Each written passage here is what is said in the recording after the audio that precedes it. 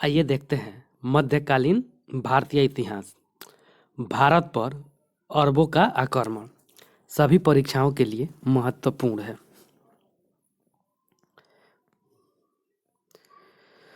भारत पर आक्रमण करने वाला पहला मुस्लिम आक्रमणकारी मोहम्मद बिन कासिम था।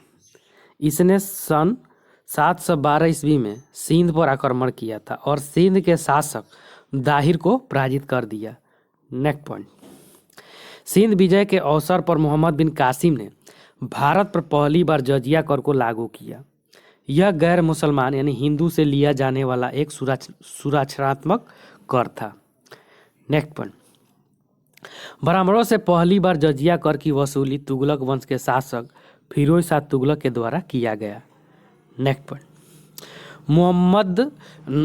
मुगल बादशाह अकबर ने 1564 ईस्वी में जजिया कर को समाप्त कर दिया। नेक्स्ट पॉइंट, मुगल बादशाह औरंगजेब ने 1779 ईस्वी में पुनः जजिया कर को लागू कर दिया। नेक्स्ट पॉइंट, जहांदाह शाह के द्वारा पुनः समाप्त कर दिया गया, लेकिन फर्रुखसियर ने फिर लगा दिया, जिसे मोहम्मद शाह रंगीला ने समाप्त कर दिया। नेक्स्ट पॉइंट, भारत पर तुर्की आक्रमण। भारत में तुर्क का आक्रमण 2 चरणों में हुआ। पहले चरण का नेतृत्व महमूद गजनवी के द्वारा किया गया, जबकि दूसरे चरण का नेतृत्व मोहम्मद गौरी के नेतृत्व में किया गया था।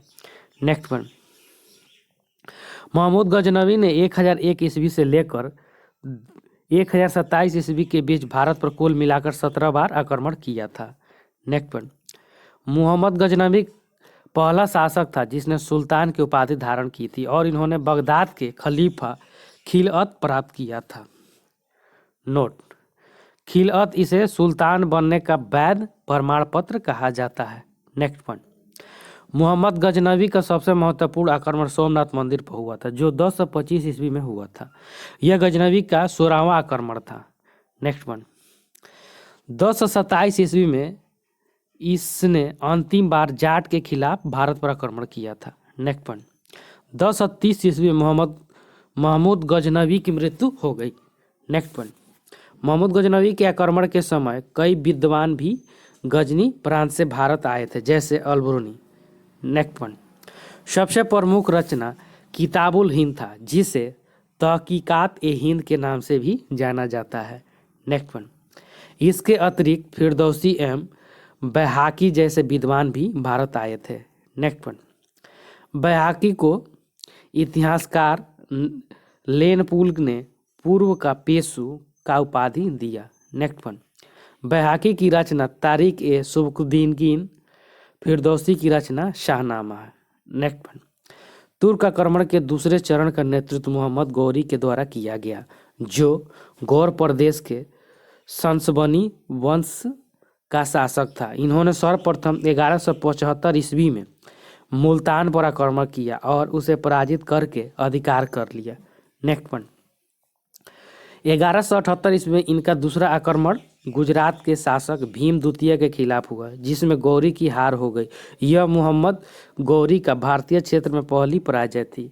नेक्स्ट पॉइंट, 1191 ईस्वी में तराइन के प्रथम युद्ध मोहम्मद गौरी चौहान वंश के शासक पृथ्वीराज चौहान यानी पृथ्वीराज तृतीय से पराजित हो गई। यह मोहम्मद गौरी का भारतीय क्षेत्र में दूसरी पराजय थी। नेक्स्ट पॉइंट, 1192 ईस्वी में तराइन के द्वितीय युद्ध में मोहम्मद गौरी ने पृथ्वीराज तृतीय को पराजित कर दिया और अंततः उसकी हत्या भी कर दी।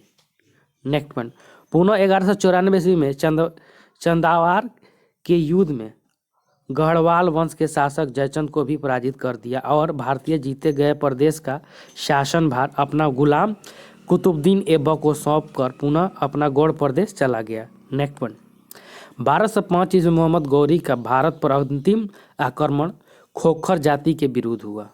नेक्स्ट पॉइंट, 1192 ईस्वी में तराइन के द्वितीय विश्व युद्ध में मोहम्मद गौरी ने पृथ्वीराज तृतीय को पराजित कर दिया और अंततः उसकी हत्या भी कर दी। नेक्स्ट पॉइंट, पुनः 1194 में चंदावार के युद्ध में गढ़वाल वंश के शासक जयचंद को भी पराजित कर दिया और भारतीय जीते प्रदेश पर शासन का भार अपना गुलाम कुतुबुद्दीन ऐबक को सौंपकर पुनः अपना गौड़ प्रदेश चला गया। नेक्स्ट वन, 1205 ईस्वी में मोहम्मद गौरी का भारत पर अंतिम आक्रमण खोखर जाति के विरुद्ध हुआ।